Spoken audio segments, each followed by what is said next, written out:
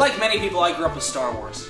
Watching Star Wars is some of my favorite memories. You know, I didn't watch my DVD or anything like that. I watched them on a crappy old VHS that my grandmother recorded them on when they were airing on TV. I watched a lot. And as you can't tell from all this, I'm a bit of a lifelong fan of the franchise. However, as luck would have it, I never came across any decent Star Wars games until I was too old to get lost in them. And even then, the only games I ever played that I loved were Jedi Outcast, Jedi Academy, and Knights of the Old Republic. However, apparently when I was younger, a great Star Wars game did exist, and it's called Super Star Wars. Now, I didn't own the SNES as a kid. I had a Genesis, meaning I had no way to play this. So this will be my first time taking a crack at it. Let's experience the first great Star Wars game ourselves.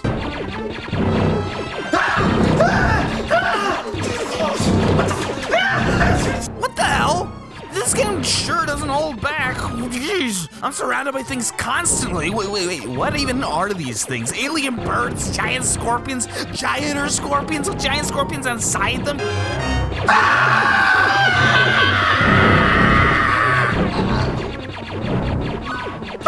Xenomorphs, the hell? I don't remember a single one of these damn things in Star Wars. George, I know you're not in charge of the franchise anymore, but forget your other special editions. You didn't have the right stuff. Blinking Ewoks, rocks. Why did you needed these? And this is what Star Wars needed. Luke's just walking around staring at the sun because he wants to get power converters. Then a freaking xenomorph jumps out from behind the rock and tries to bite his face off. Oh my god, look at this. This is freaking insane. Enemies everywhere, no matter where you go. And look at this. Look that. If you backtrack even a little bit, the enemy responds. Everything in this game responds. It's not only covered in enemies, almost all who have projectile weapons, but every single one of them will respawn infinitely. This is crazy. And even then, if that's not bad enough, there's a Sarlacc at the end of the level with projectile weapons and close range attacks. It's almost impossible to dodge. And then, if you die, you go right back to the beginning of the level. No checkpoints, no nothing. So you know what you need to do?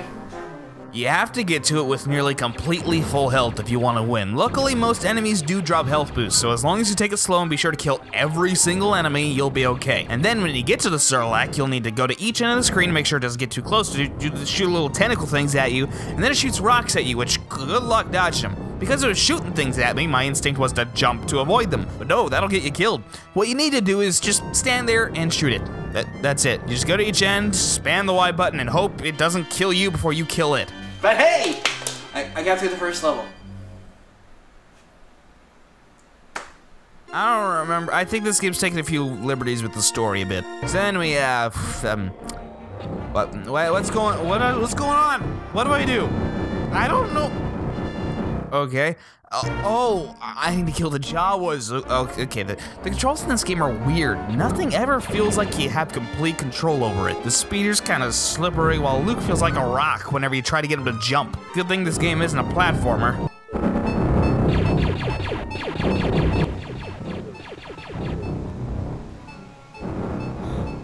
Oh, alright, let's give it a shot. Whoa, everything is always shooting at you. Jeez, of course the Jawas respawn. Why wouldn't they respawn? That would make you feel like you've actually accomplished something, but this game knows you never will. You're just a pathetic excuse of a human being trying in vain to overcome a challenge that will never end. Even the parts of the ship that shoot at you will respawn eventually. This is ridiculous. These controls are not ideal for platforming. Wait, is that a lightsaber? Yes!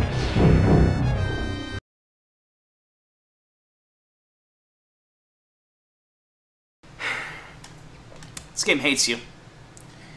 It actively wants to destroy you and will use any means necessary to do so.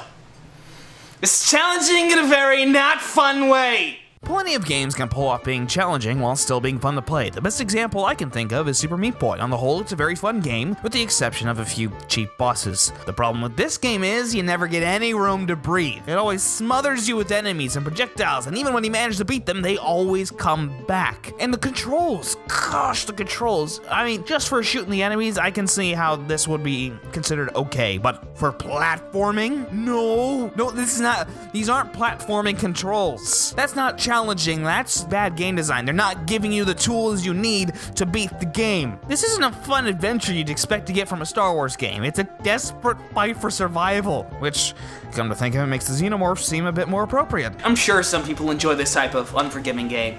Those people are called masochists. For people who don't like to be punched in the face repeatedly, this is tic-tac-toe. The only way to win is not to play. Alrighty, now it's time to highlight some of the answers to the viewer question from last week's episode on Kingdom Hearts. Let's take a look. It looks like out of all the Kingdom Hearts games, Birth by Sleep is what most commenters considered their favorite one. I guess that means I should play it, but I don't want to buy a PSP. Ugh. Do you want to have your comment featured on the next video? Then leave a comment below answering this week's viewer question. What Star Wars game did you grow up with? If you didn't grow up with any, just naming your favorite is fine. Liking and subscribing also wouldn't hurt your chances. Just saying. It won't make your chances better either, but it won't hurt them. That's all I'm saying, you know? I don't even know what I'm saying. You just do those things if you want to do them. Thanks. The only way to win is not to play. It's a reference to War Games. It's a movie starring Matthew Broderick in the 80s, where he uses... Yes, that one. Shall we film the scene? Ah, yeah.